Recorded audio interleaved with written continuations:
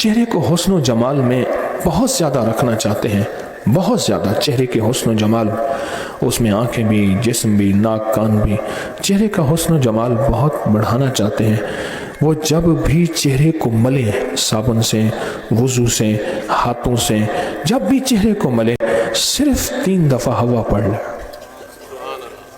یہ عمل آپ کو میری طرف سے اجازت ہے۔ پھر عرض کروں، کائنات میں سب سے زیادہ حسین ام حوا تھیں، ان کے بعد آج تک کوئی حسن و جمال نہیں، سب سے پہلی حسین اور بہت زیادہ۔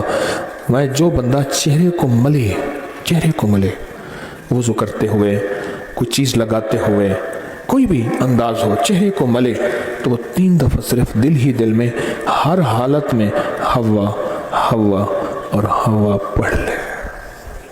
بہت کمالات اور اس کے نتائج اور رزلٹ ہیں۔